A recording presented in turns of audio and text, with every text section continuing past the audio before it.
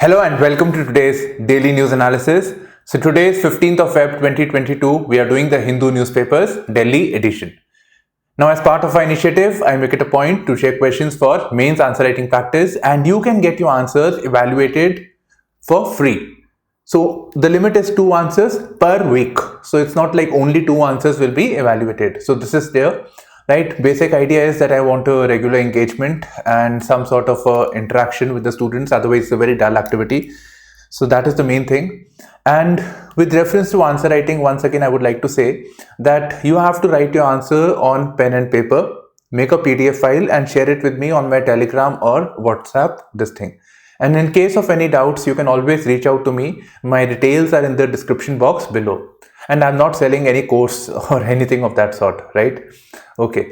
And in fact, this is the only initiative that you need to follow. So here we have the newspaper analysis, which is clubbed with the important things for mains as well as prelims. Plus you can have your evaluation also. So no separate initiative, everything is combined and clubbed with the daily news analysis. Okay. So today actually, I found lot of good things with reference to space. So space is the thing that we are going to work upon. I mean, there are other topics also, but the space one is the one that drew my attention. So basically there was a space launch recently, PSLV C-52. But then I thought, why are we launching the space vehicles, right? Why do we do this? So what is the application? And between the years 2013 to 20, we have 3 mains based questions, again different in their types. So today I'm covering one particular theme where we are looking at the application of the space. Then we went beyond this. We had some news article opinion about India not able to realize its potential. Then I thought, why not? Right? We have so many resources. So the next question is with reference to this. And what are the steps that the government is taking with reference to space sector? And we have quite a few initiatives that were taken up in the last 1 year alone. And when we look at the space sector, it is very rich in pre-based facts, pre-based information, which is obviously relevant for your prelims examination. So this is the one. And one more thing, this is particularly that draws my attention for prelims point of view, is we had a very basic short news, Archaeological Survey of India reviving underwater division. That's all. So we have certain underwater sites. Right, you can just Google, or why don't you just Google underwater archaeological sites and go to the images section. So you'll find some of them. Okay, so this is all it was, right? That they are doing this, a very small article. But then, which are the underwater sites? Are there any sites that are under UNESCO? These are the things that we need to focus upon. So actually, I have shared it on this thing also, news analysis. But I wanted to do more research and I got a government data itself, some government magazine kind of a thing. So I have shared it on my Telegram channel, right? So I have an answer writing group there also. So there you can find this link. Okay, let's get started then. So first of all, we have the election news and basically it says that there is a poor turnout with reference to elections that are taking place in Uttarakhand and Goa. Now, just casually, I mean, we have this data and I'm not concerned from UPSC point of view over here. But basic thing about elections is that elections is conducted by Election Commission of India. Some of the themes that are going on, which can be asked in both, particularly the mains paper, that is, should we have simultaneous elections every time elections to states take place? Prime Minister Modi refers to simultaneous elections. What are the pros and cons? I'll cover this later. Then the lower turnout is taking place. Can we do something? What is the reason for the lower turnout? What is the reason? Why are people not turning up for this thing? And what measures can we take? Now, one of the reasons could be that people work in different locations, right? I am in Punjab. Let's say I was working in Bangalore. So if I was working in Bangalore, I will not spend money on getting a flight, go and give a vote, although this is a very good power to have to vote, but it is very expensive, very difficult. So what are the systems in place? Are we considering an alternative system so that the migrant workers, the migrant population are able to vote in their home states? What can we do? right? So these are certain things that we need to consider with reference to such news. Okay, now coming to very briefly, then we'll move on to the space thing. So inflation edges past 6% in January. Now why is this a concern? So first of all, we have a monetary policy framework. If you remember, we did this monetary policy framework, which was an agreement between the government and the Monetary Policy Committee, which is a body under the Reserve Bank of India. And its primary task is to make monetary policy, to ensure key interest rates so that the inflation is within limits. So the monetary policy framework is all about curtailing the inflation and at the same time focus on sustainable economic growth. But the prime goal is inflation targeting. That is the task of Monetary Policy Committee. Because you can blame that, okay, so and so factor was there and therefore the economy did not do well. But inflation targeting can be done by the MPC. So we have a quantifiable target. Okay, so what is the target? We are concerned about 6%. So what is the target? The target is 4% is what is deemed as okay inflation plus minus 2%. So that means the upper limit is 6%. And at the same time, we do not want the inflation to go below 2% also. That means the incomes of the people will not increase. If things are getting expensive, somebody is getting money at the end of it. So it affects the economic growth also if we go into the negative inflation territory. That is also not good. Okay, so we are breaching this 6% barrier, and these are all, I mean, statistical data. In real life, the inflation figures, the difficulties that are there are much more severe. Specifically at a time when the industrial production is low, the unemployment rate is high, etc. Okay, we have covered the steps that are required to deal with the inflation, right? So basically I wanted to revisit this idea of the Monetary Policy Committee. Okay, so we are breaching this 6%, and when we say 6%, which inflation are we talking about? We are talking about the Consumer Price Index. So there are two types of inflation figures or two types of indicators here. So one is the CPI and other is the wholesale price inflation. Right, yeah, CPI and WPI. So WPI is when we are looking at the basket of products at a wholesale level. And when we look at the retail level where the consumer actually goes and buys, so that is the CPI. And when we look at the CPI over here, naturally when the consumers will buy products as goods as well as services. While WPI is basically concerned with the goods only, right? So goods, products, no services are part of WPI, right? You can't deliver services at wholesale rates. So that is, I mean that can be there, but you get the point, right? Okay. Coming to the space domain, and I have multiple questions. As you can see, there is one question with some pointers over here, right? So a lot of things with me right now. I have a pre-based question also, and might write this, Ruko Zara, Sabar Karo. Right, so a lot of things with reference to space. Okay, so let's come back to this issue over here. So first of all, we have this rocket launch that are taking place. So this is the rocket that you can see.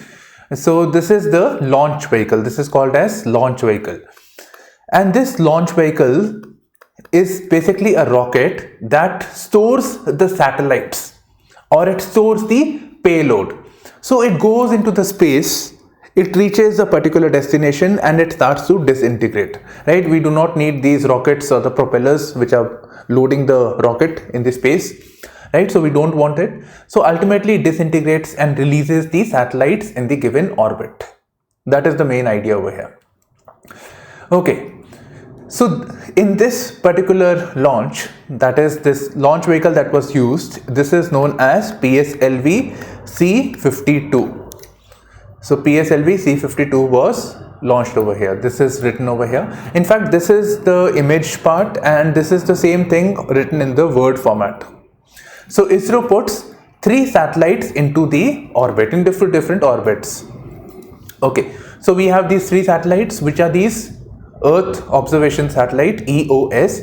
So as we say Earth Observation, that means a satellite that observes the Earth. And what all things can they observe? So first of all, they use the radar imaging technology and they observe weather conditions, for applications in agriculture, forestry, plantations, soil moisture, hydrology and flood mapping. So number of things that can be done from the satellite. So from top you can see number of things, and they are using radar. Now this is significant. So one is the optical part, like what we are seeing everything, or your camera that is there, mobile camera or your normal camera also. So that is optical. But what if there are clouds? The satellite is looking downwards and there is clouds, there is difficult weather conditions, then you cannot see. What if a disaster is going to take place, or disaster has taken place, something like Uttarakhand 2013. So there are absolute fog, clouds are there, you cannot see what is happening at the ground. So for that we have radar. So radio waves can still go and penetrate into the clouds over here. In fact, one issue with our surgical strike 2.0 was also there, that clouds didn't allow the satellites to see at that time. So radar imaging satellites are a good alternative. And with reference to defense forces, we have something known as RESAT, right? So again, using the radio waves or the radar waves for the imagery purposes. Okay, so observing things. Then the other is INSPIRE. And what does INSPIRE do? INSPIRE is basically a satellite that was actually made by a collaboration by the academia, by the students. So the students of the Indian Institute of Science and Technology, University in Colorado, University of Colorado Boulder, so USA, Singapore and Taiwan. So collectively they have pooled in resources and made the satellite known as INSPIRE-SAT. And what does it do? It observes the sun. So it helps in understanding of the ionosphere dynamics and sun's coronal heating processes. Right? So this is INSPIRE. And then comes INS-2D. So this is a thermal imaging camera. Now what is thermal imaging? You are using infrared radiation. So this is being used for assessment of land surface temperature, water surface temperature of wetland, delineation of vegetation, right? So thermal inertia day and night. So all these things are measured over here. Okay. Now these names that we have covered are important. And why do I say? Because UPSC asked a question, and in fact repeatedly. So I have just referred a question over here. So some of the spacecrafts that were in news and what was its purpose, right? So this was there, and by the way the answer is B over here. It should have been ABCD. So answer is 2 and 3. That means 1 is incorrect, right? So likewise a question can be asked. Now it's very easy for me. I just interchange this with the name of the satellites and the purpose. So this is one thing that we learn over here, right? And even when we look at such questions, so you should also know which agency has released this, right? Is it by NASA? Is it by the European Space Agency? Normally it is these two agencies, and also ISRO. So ISRO ones are more commonly in news. Okay. Now all these satellites that have been launched, right? They have a certain application. They are fulfilling a socio-economic goal. For instance, disaster mitigation, or when we look at the observation for agriculture. So many in our country are dependent on agriculture. They are concerned with the vagaries of nature. So in that reference, I have this question. Discuss India's achievements in the field of science and technology. How the application of this technology has helped in its socio-economic development. So this was a question that was asked in 2016. Okay, now before going ahead with this topic, the basic thing over here is you can write very general answers, very basic answers, and that will be, you will get some marks for that, right? You will get, this is 2016, so this was a 200-word question. But if you can actually quote, you can say that fine, you can start your answer as normal, like we have various achievements, and you can specify some names over here, right? Some of the achievements, some of the great initiatives that were there, not everything, just a few, so that you can answer it in word limit. And then when you refer to the socio-economic development, if you can actually name the satellite and this is the application that it does, or this is how it is aiding the governance or fulfilling the betterment of the society, then your answers, the value addition improves. So this is the difference, let's say we consider, let's say This was a 12.5 marker question, right? So let's, for simplicity's sake, let me have a 10 marker question, right? So this is the maximum marks. So 5 is considered like a very good answer if you get 5 out of this thing. But if you write basic things, you're going to get 4, right? What was asked you wrote, but you didn't give facts and figures. You would sum of it 5. But if you can actually address the demand, but at the same time do value addition, then you can go anywhere between 5 to 7 marks. And that is the difference. Those 2 marks can make a lot of difference in your next 30-40 years. Okay. And I mean, I'll tell you, the toppers also struggle with this. So that is something that comes with practice only, and that is why we have such initiative. Okay. Yeah, so you can write in your own words India's achievements. You can visit the ISRO website also, that over the years, India has become a stalwart or a superpower, space superpower, from its very humble beginnings. You can refer to the launch vehicle. We have this PSLV launch vehicle. So Polar Satellite Launch Vehicle basically, which has emerged as a reliable workhorse, right? We have a very good track record with this satellite, and near 100% actually, except for this last year where we had, but this was GSLV, not PSLV. So very good track record, and in fact, we are able to launch satellites at lower cost in a very reliable manner. So much so that even NASA and the European space agencies are sending their satellites to us. Even you look at this, US students are sending the satellite to ISRO for launch. Okay. Then recently we launched the GSLV, Geostationary Launch Vehicles. We developed, and to launch this GSLV and PSLV, the basic difference is that PSLV is launching the satellite.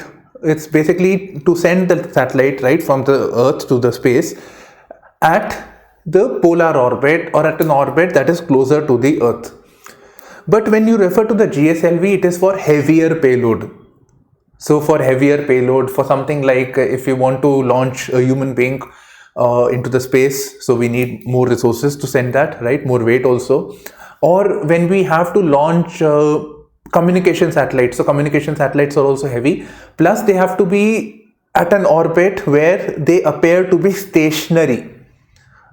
You know, when you watch your dish TV these days, again, everything with geo connectivity, there is not there. But if you look at the dish antennas, they are looking at a particular direction only, right? So that is because, and it is towards the space or towards the sky. So they are pointed in a particular direction only. And that means they are communicating with the satellite that is stationary. So that is in the geostationary orbit. That is about 36,000 kilometers from the Earth. Okay. Then we have, you know, with the GPS, we have our own, I forgot the I, what does I stand for? Internal Regional Navigation System. It's not I actually, India actually, this one I. So regional navigation system. So we have been able to do it. Very few countries have it. So presently about 6-7 countries have a global system and some sort of a regional. But India has come to that league. Now India doesn't have to rely on the US based GPS system. You know, when the Kargil war had taken place, at that time, obviously the fighter planes work on the GPS system. So they said we are not going to support it. So it made it difficult to target the enemy bunkers at that time. So therefore, from strategic point of view also, we needed such initiative, and which is in the control of India. So sovereignty, the issue of sovereignty comes. Then we have successfully launched space probes, right? Mangalyaan and Mars orbiter mission and the Chandrayaan. Now we are also moving towards the lander and rover mission. So we are doing this. Then we have been very successful in using the space technology for remote sensing, observing the Earth. Remote sensing means observing the Earth. I don't know, it says remote actually, right? But from remote location, you are observing the Earth. Now it could be optical, it could be by radar or radio means. So remote sensing is the word for it. So one type of satellite is remote sensing, another is communication. So communication is stationary, remote sensory keeps moving around. I will discuss the orbits later, actually, the concepts over here. Okay, so this is there. Now remote sensing can also be done for observing the natural resources and various types of resources. It could be also done for There was some, we have certain satellites like ResourceSat. So resources that are there, including the ones that are within the surface of the Earth, even that can be observed. In fact, we know the resources in Mars and other planets, Moon also. Okay, so ResourceSat, Cartosat. Carto means, the maps that we have, cartography. So like that, Cartosat. For mapping activities, for urban planning and all those things, we need cartography. So using the space for urban planning and rural planning and all those activities. Then RESAT is, I think this is something that I've already conveyed. So these are some of the achievements. Now, what is the role that it's playing towards socio-economic development? How is it benefiting the Indian society as well as from economic point of view also? So maybe you can refer to this also. So from the point of view of meteorology means the weather systems, what is happening, what is not going to happen, having an accurate feedback on this. So meteorology and weather forecasting, that is very critical. You can give a reference of the monsoon dependent farmers, or the farmers that are vulnerable to natural disasters, right? So they also play a role in disaster management. These days we know very accurately that the cyclone is going to come and it is going to come at this rate. So the administration knows in a very specific information they have, that they have to take certain corrective measures. They have to rescue the people, especially the marginalized and vulnerable. So the loss of life, the loss of property, loss of death that takes place is mitigated to quite an extent. Okay, so this is one. Then, in fact, SARC also, India's led initiative SARC, they also launched a satellite for disaster management. Then with reference to governance, so we have a satellite known as GramSat. So Gram means village. So Gram satellite. So number of applications are there. Rural connectivity, connecting from internet-based connectivity, communication, satellite communication. So district to the panchayat levels, it is able to do this. Then broadcast of information, broadcast of educational channels by means of satellite means, because we do not have wired connectivity or telecom connectivity, but from space it's very easy to communicate, right? So this is it.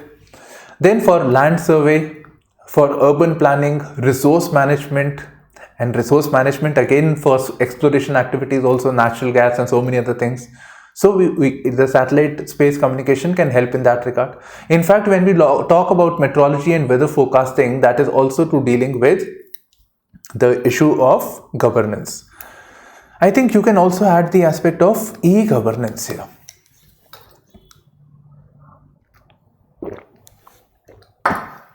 Then internet and connectivity, right, I refer to. Now, it's not in India's initiative. Recently, there is an initiative known as Starlink that is in news. Very expensive internet. $100 for 1 month of internet connectivity, that translates into 7,500 rupees, right? So Elon Musk had initiated, so there will be a constellation of satellites that will be beaming high-speed internet. So he says for inclusive connectivity, but then this is too expensive. Okay, so internet and connectivity, and when the space technology is being developed for various activities, we are developing a technology. This technology can actually percolate downwards and benefit the society. For example, we have an example with reference to a paint that was developed by ISRO known as Caspol. So this is fire resistant. It is a low cost paint that was developed by them. So for fire resistant buildings and to mitigate disasters, this technology can be used. So likewise for space as well as for defense also, we find that technology actually percolates downwards.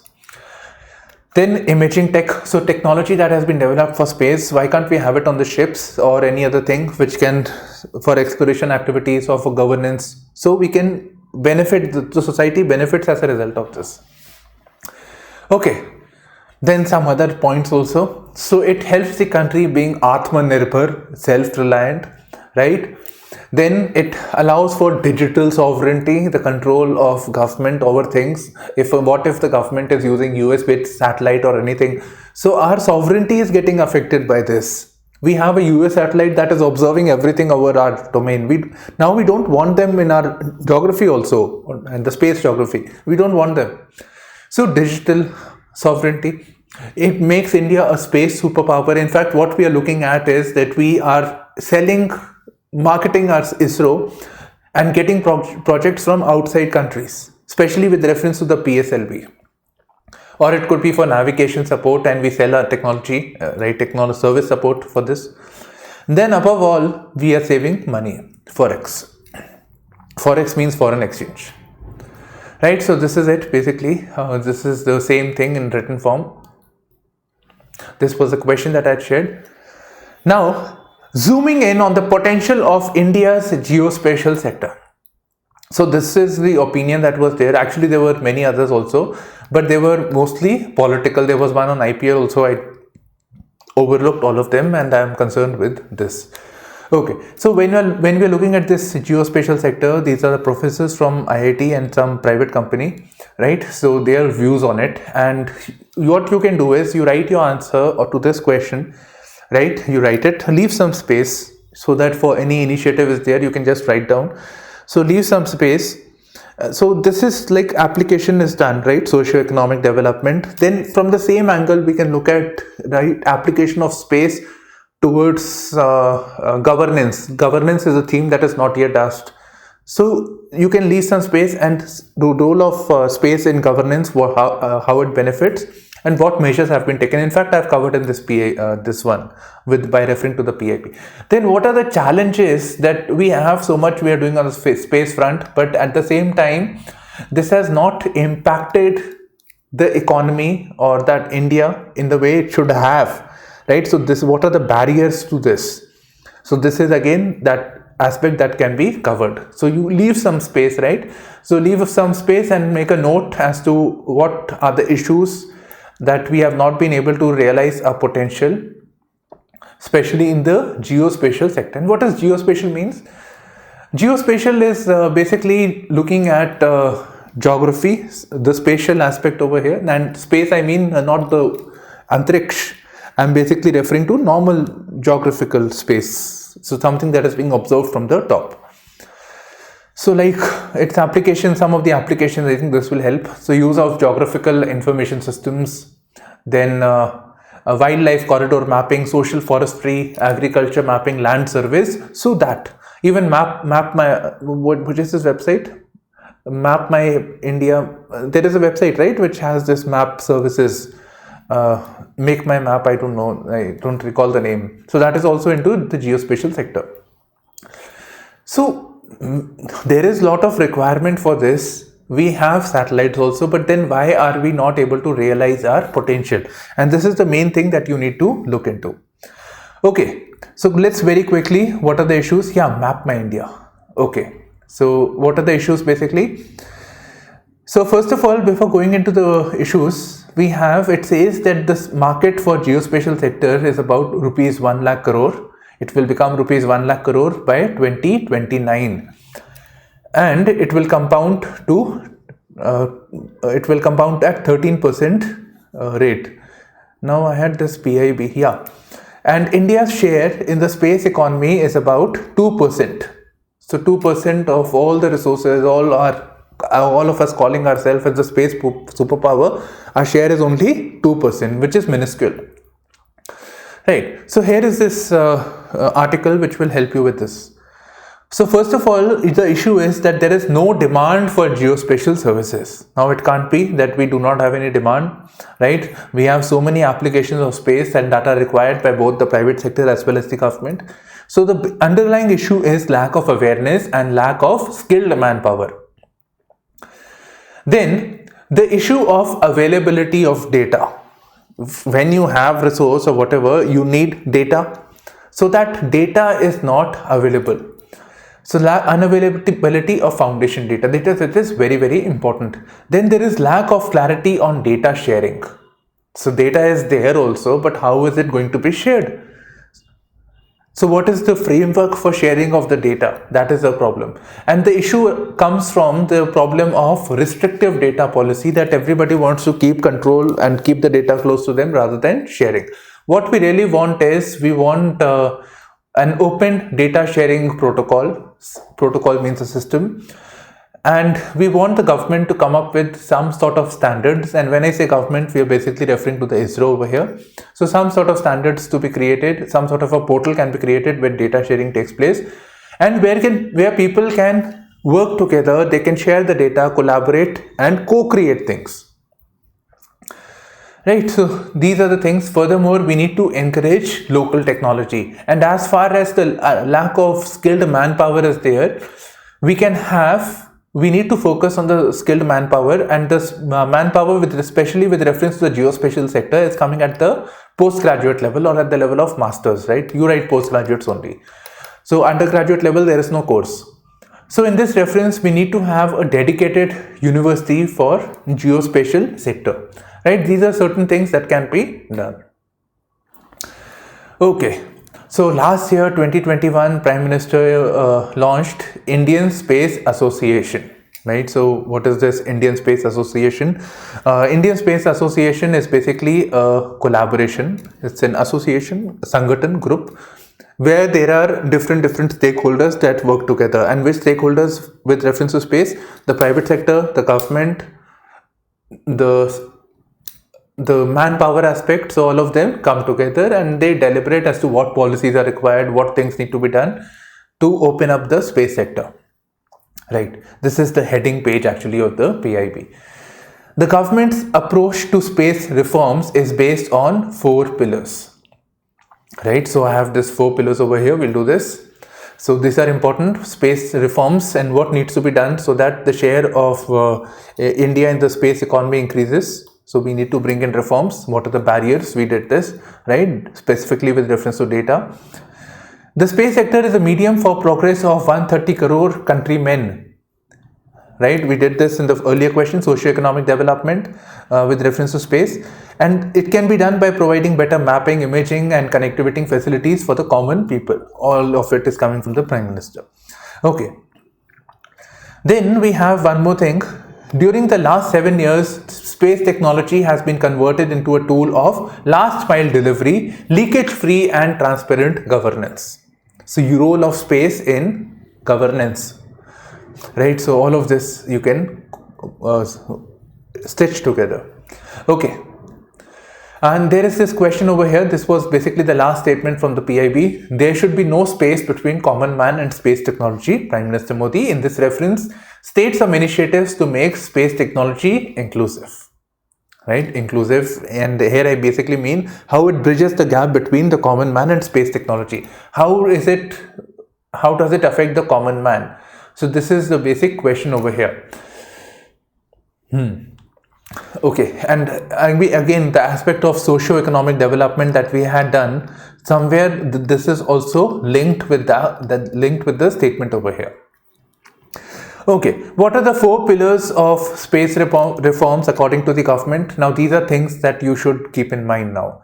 So first of all, there should be freedom of innovation for the private sector. That means the private sector should play a greater role. And this is something that is not specific to India. Even look at USA, we have NASA.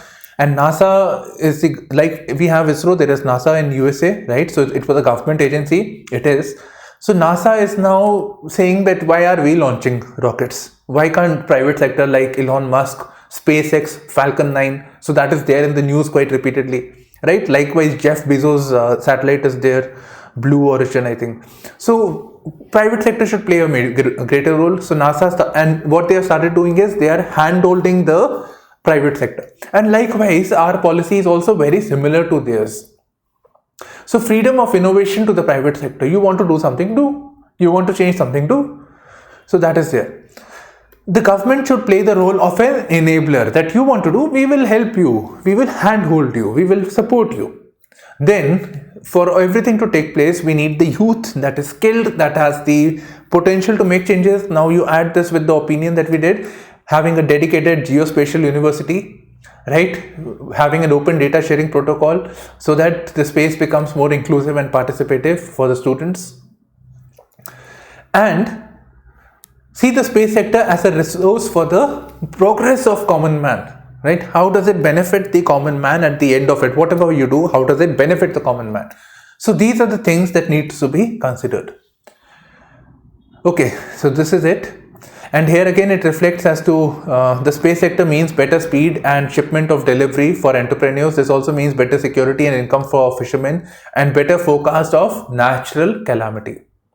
Somewhere when we look at the socio-economic developments aspect also, right, when we're looking at this, we are also looking at the aspect of governance, because the government is doing something, that is governance. For what? Socio-economic development. Okay. When they work on the mitigation of natural disasters, again that is one of the dimensions of governance. Here is this question: optimal utilization of space technologies can revolutionize delivery of governance services and boost developmental efforts. See, earlier question I discussed, right, and discussed it in detail. This is, I want you to do it by yourself. We are doing these facts. So what I want you to do is, this is a question that is beyond that limit of two questions per week, right? So you can get your 2 questions per week plus in addition to this particular question. So this you can share, and this is outside of that limit. Okay, so we are looking at the greater role of the private sector for making the space more inclusive, and more penetrative. So private sector is deemed to be more efficient, more market friendly, more demand centric. So private sector will be able to harness the space resources in a much better way. So we have this at 2% of the space economy, but if we have the greater role of the private sector, that will facilitate and bridge the gap between the common man and the space technology. So in this regard, we have this example of USA, right? They are doing this.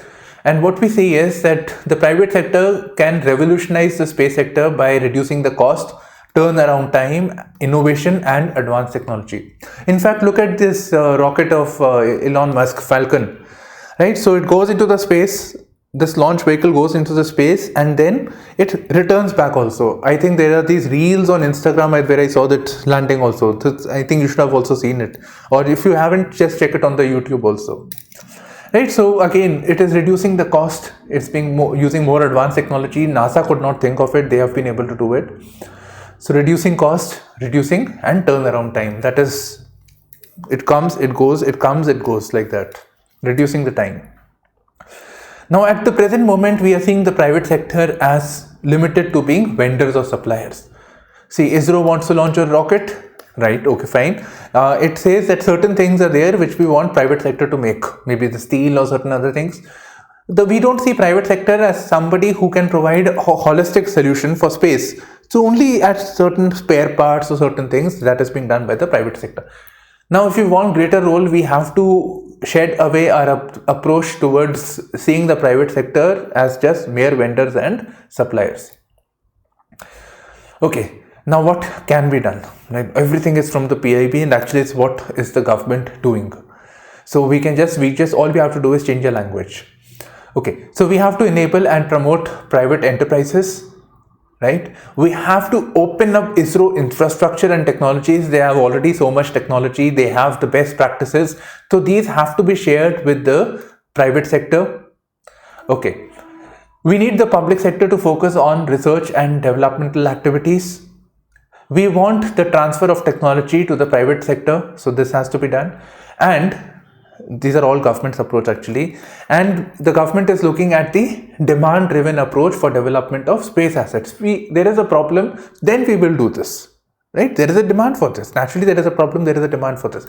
So having a demand-driven approach, rather than having a supply that we have this, so you need this service, not that way.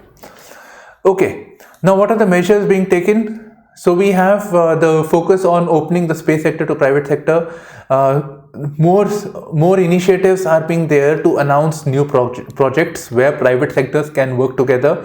We have developed a system of sharing of technology, right? So focus on research and development and transfer of technology mechanisms and best practices. Right, they have been in ISRO and other space agencies have been into the space sector for a long time, so they can share the learning so that the private sector grows much faster.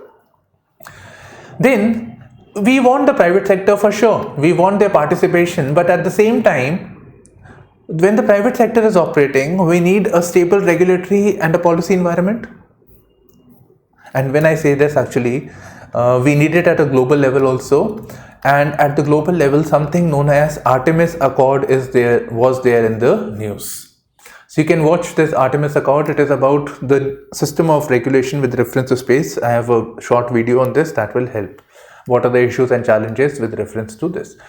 So basically, when we have the private sector or anybody working together, earlier it was just the government, so there was no such issue as such. But now, since private sector is participating, we need a set of rules, we need a set of regulations and control. We need a policy framework as to what is the vision of the government, where do they see the private sector, all those things. And for that purpose, there was a space activities bill. So again, activities in space, for that there was a bill, proposal for a law, right? So these are the things. And for this, what has been done till now? Setting up of Indian National Space Promotion and Authorization Center in space has been done. So space promotion and authorization. What is it doing? If you look at this is regulatory environment, right? Regulation.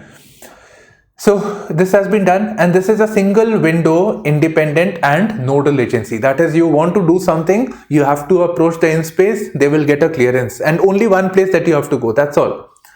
So this is there. So this will provide a stable regulatory and policy environment, and it also allows new business friendly policy frameworks in areas like remote sensing, satellite communication and launch policies. Right, so one is just the satellite aspect, so remote sensing, observing, communication, and then the launch business also. Then we have the New Space India Limited. This company, this is a company, this is a public sector company when we have this, right? The New Space India Limited has been formed, and the basic thing is it is an aggregator. So it is an exclusive public service aggregator that looks into both the demand and supply of space assets and services. Right, so from ISRO we are moving towards this National Space India Limited, which is an aggregator. So it is an aggregator for demand as well as supply. So NSIL will commercialize assets, services like transponder capacity, imaging services, launch capacity, etc. on ISRO developed satellites and launch vehicles. At the same time, if anybody has something, then those demands will be aggregated. So the NSIL will acquire satellites, launch vehicles and other assets developed by ISRO or the private sector. Right, so it is basically a group where public sector, private sector work together, and they work in synergy.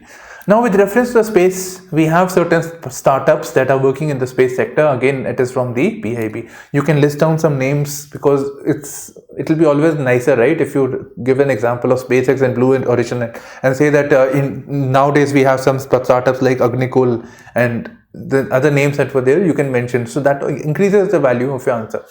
Okay, this is with reference to the. Again, I did a lot of research with reference to the PIB over here. This is around 2019, right? So we are in 2022, but the initiatives are still relevant because 2020 hardly anything took place. There were only 2 launches, right? So these are the initiatives, and I feel this will help you with your prelims also. So we have this special programs for school children known as Yuva Vigyani Aryakram, right? So Yuvika, what is this Yuvika? In that way, question can be asked. Then ISRO's Unispace Nano Satellite Assembly and Training. Now I think I should have, we can do this later also, the different types of satellites based on their size. So nano satellites are very, very small satellites, something like this. So they will be in the space and they'll be observing, right? So based on their size or the payload, the satellites are classified. In fact, why don't you check on the net the payload, satellites classification or payload, right? So you can do this. Then edition of Wasteland Atlas was created with the this is again governance. So by means of remote sensing satellites, weather forecasting, disaster management. Then even with reference to Jal Shakti Abhiyan, right? What is this Jal Shakti Abhiyan? Water connectivity, piped connections, making this a Jan Andolan. So for this purpose, for mapping related activities, again geospatial actually, and with specific information on groundwater recharge and potential areas. So we are using the geospatial technology in space sector, and how is it affecting socio-economic development? You can see. Okay, so these are certain initiatives that the government has taken. Now quickly we'll just sum up now some routine news. Do not make irresponsible remarks on border issue China. Basically, with the Quad summit that was going on, our external affairs minister had said that China, even though we have this meetings that are going on with reference to the border dispute, so China has still been, the border dispute, one of the condition is we do not both have a disagreement on the border. So the basic thing is when we are negotiating that both sides will keep their troops aside, right? So they will not amass their troops. But what we are seeing is the Chinese side, we have a lot of satellite imagery also, that the Chinese side is building their infra and more troops are residing closer to the disputed areas. So China is violating the written agreements that both have agreed upon. So when you are, what Mr. Jaishankar is saying, so when you are violating this written agreements, right, then in that case, this becomes an legitimate concern for the entire international community. You are not adhering to the rule-based order. Both the countries had come together, they had discussed, they had deliberated, they come to a conclusion, and then one side removes the troops and the other side's build ups on the troop. So this creates a sense of trust, mistrust, right? So this is a problem. And likewise, we have this rule-based, I'm connecting with Quad actually. So we have the rule-based issue with China, especially with reference to the South China Sea and the island disputes that are there, right? So this is it actually. So naturally, Chinese side is rebuking the remark over here. Now, one more thing with reference to China, where we see the Chinese side, look at the language that is being used against an external affairs minister, sometimes even the prime minister. Do not make irresponsible remarks. These are very strong words. It could have been concealed, it can be sugar-coated, but these are strong words. And this is a diplomacy of China that we see even with reference to US president in the recent times. And this is known as wolf warrior diplomacy. I have a short video on the same. You can watch, just type wolf warrior IASPrimers, you'll be able to get this. Right? So these are we have this 14th round talks that are going on with reference to the India-China talks that are going on. So specifically, we have issues with reference to Demchok and Depsang. So Depsang I had covered recently. Yeah, this is I had shared. This is on my Telegram that I shared. This is a link. You can read this. This is with reference to the ASI reviving underwater division. So there is already a underwater division. Now see, notice. So we have, obviously there are, let's say this is India. This is Gujarat was mentioned over here, right? What happened to my pen? So there are certain, especially the coastal sites like Mahabalipuram, Arikamedu in Kerala, in Gujarat, the Dwarka region, the Bet Dwarka region, Somnath, coastal areas. So they have been submerged. Something or the other is taking place, geologically speaking. So some of our land is getting submerged, some of the land is coming up, emerging, right? So this is taking place as a result of this. Our important heritage sites have been submerged, and these needs to be protected. So now these are the things that are important. They having this thing committee is obviously important, but what is important is we need to find out the important sites, right? So these sites are important. Now see, this was a link. This is a government website itself. So we have these sites where the links are being provided. I shared it on my Telegram channel. So you can just click on these links and read more about it. For example, the Pumpuhar, right? So Pumpuhar was an important port in the Chola dynasty, and it was mentioned in the Mani Make Malai, a very big book volume of, it's a very big story and which tells us about the life, the socio-economic life of the Cholas, early Cholas, right? So Sangam literature. So likewise, these, we can connect them with history and it can be asked in the prelims. So, that tendency, that question has come from which source we do not know, it's so unpredictable. That is absolute wrong, false. It's coming from the NCERT. You have to do some additional research like you do for GS. The same, other parts of GS, the same thing has to be done. Likewise, we can find Muziris over here, right? So these are certain sites, Tamra Lipti in Calcutta, it's a coastal area in West Bengal, right? So Tamralipti was an important port area. So these are things that you need to read more about. Kalinkapatnam, right? So these things can be asked in your prelims, and they are asked. Only thing is you don't do that work, so you feel, the students before us also, a lot of them. So this neglected portion actually. Quickly, Russia ready for more talks to end crisis. So Ukraine crisis is there, and the Moscow says that the military drills are ending. I'm not doing this actually. So military drills are ending. So somewhere we see that kind of an indication that the troops might go back, and the issue will get subsided. So let's see what happens. Key US-Canada crossing reopens. So basically, the Canadian Prime Minister had said if anybody wants to come to a country, they should be vaccinated. So US and Canada, it's almost a free border that is there, but that's making it compulsory to vaccinate wasn't liked upon, and therefore there was a truckers demonstration or protest that had taken place. Now here specifically there is a reference of Ambassador Bridge. Now you don't have to read this. Where is Ambassador Bridge located? It's in context of the crossing between US and Canada, right? So that is the geography. Ball in West Court now sees Iran over nuclear deal talks. So basically Iran, the Western countries had a concern that Iran, obviously all countries want to have this nuclear power. They want to have especially this nuclear for having this electricity, so for civil applications. But this can easily be used for making weapons, right? India had done this. So this can be used for this, and we don't want nuclear weapons in Iran. So from Iran it could go to Houthis and so many other people, militant organizations, and it can also create an arm race. So these are again very politically unstable areas. So naturally, and US and Iran does not have good relations anyways. So West is led by the US. So USA led by certain other countries, basically these are P5+1, so permanent members of the United Nations Security Council +1, which is the +1, Germany. This is something that you need to keep in mind, right? Normally P5+1 is European Union, but here it is Germany. Germany is not part of the P5. Why? Write it in the comment section. It's something to do with the World War. Okay.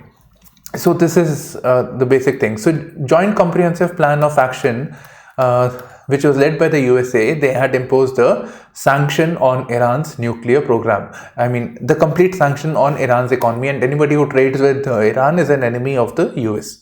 So they collectively are discussing and deliberating.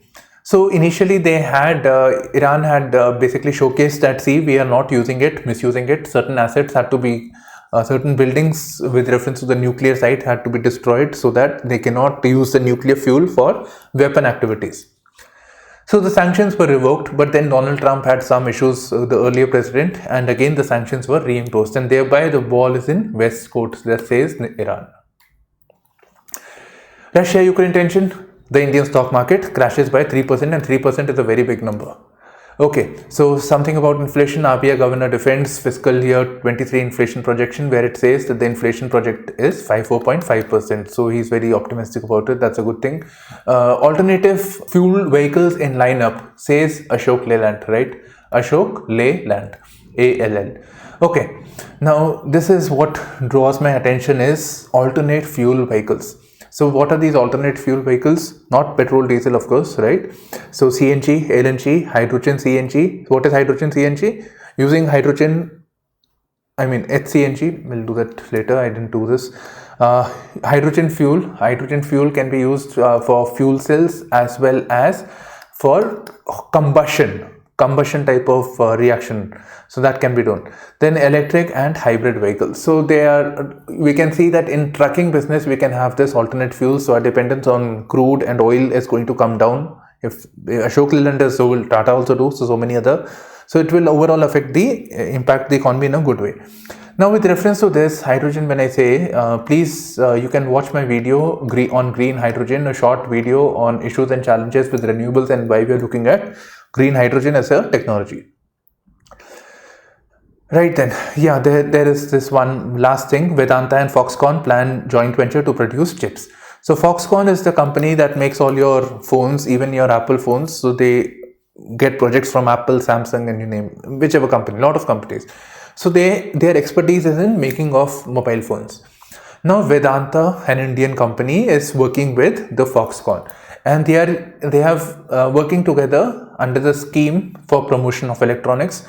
So electronics manufacturing and PLI scheme for incentivizing organizations to contribute towards this sector, right? Electronics and semiconductor manufacturing, right? So mobiles are one of the major things that consume electronics. So that will be good. I mean, we are importing it. Furthermore, it will help create an ecosystem of semiconductors and electronic components.